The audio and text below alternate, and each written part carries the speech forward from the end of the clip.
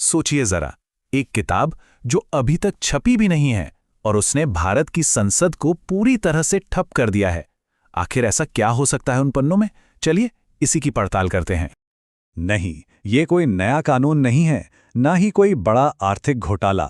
ये सिर्फ एक किताब है, एक पूर्व सेना प्रमुख के संस्मरण जो बाजार में आए भी नहीं हैं, लेकिन देश के सबसे बड़े नेताओं की जुबान पर ताला लगा चुके हैं। और यहीं सबसे बड़ा सवाल खड़ा होता है, उन पन्नों में आखिर लिखा क्या है जिसमें दुनिया के सबसे बड़े लोकतंत्र की पूरी मशीनरी को रोकने की ताकत है? इस पूरे मामले को ठीक से समझने के लिए हमें सबसे पहले संसद के अंदर चलना होगा, जहां ये सारा ड्रामा हो रहा है। तो अंदर का सीन कुछ ऐसा है कि सब कुछ जैसे रुक सा गया है। सदन की कार्यवाही शुरू होती है और मिनटों में स्थगित हो जाती है। न प्रधानमंत्री कुछ बोल पा रहे हैं, ना ही विपक्ष के नेता को बोलने दिया जा रहा है। पिछले 4 दिनों से लगातार यही चल रहा है, बहस की जगह सिर्फ हंगामा और शोर। तो इस पूरे राजनीतिक बवंडर की, इस हंगामे की जड़ क्या है? जैसा हमने कहा, सिर्फ एक किताब। इस किताब का नाम है 4 स्टार्स ऑफ डेस्टिनी। और देखिए, ये कोई मनगढ़ंत कहानी नहीं है। ये भारत के पूर्व सेना प्रमुख जनरल एम नरवणे की अपनी यादें हैं, उनके अपने संस्मरण। रक्षा मामलों में उनकी आवाज बहुत बड़ी और विश्वसनीय मानी जाती है, और शायद इसीलिए इसके अंदर लिखी बातें इतनी संवेदनशील हो गई हैं। तो चलिए अब आते हैं इस मामले के बिल्कुल केंद्र में। आखिर इस किताब का वो कौन सा हिस्सा है, वो कौन सी 5 लाइनें हैं जिन्होंने इतना बड़ा राजनीतिक भूचाल ला दिया है? विपक्ष का कहना है कि इस किताब में हमारे हाल के इतिहास के सबसे तनावपूर्ण पलों में से एक, यानी भारत चीन सीमा संकट को लेकर एक बहुत ही विस्फोटक दावा किया गया है। किताब में एक बेहद नाजुक पल का जिक्र है, जब चीनी टैंक कैलाश रेंज तक पहुंच गए थे, जो कि एक बहुत ही खतरनाक स्थिति थी।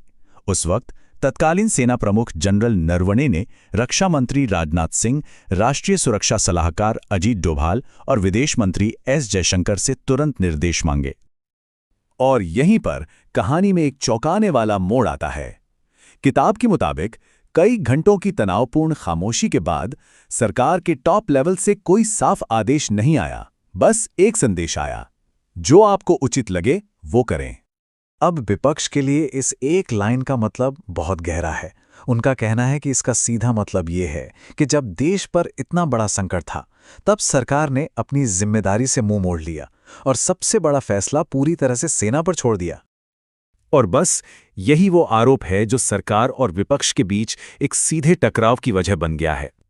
अब देखिए, दोनों तरफ से लकीरें बिल्कुल साफ खिंच चुकी हैं। विपक्ष की मांग है कि किताब के इस हिस्से को संसद में पढ़ा जाए ताकि सरकार की जवाबदेही तय हो, और दूसरी तरफ सरकार अपनी पूरी ताकत लगा रही है कि ये शब्द सदन के अंदर न गूंजे और न ही उन पर कोई बहस हो।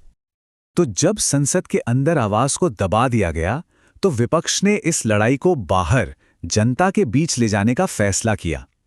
मीडिया के सामने विपक्ष के नेता ने जोर से वही लाइनें पढ़ीं जिन्हें सरकार कथित तौर पर छुपाने की कोशिश कर रही थी, और इस तरह ये विवाद सीधे देश के सामने आ गया।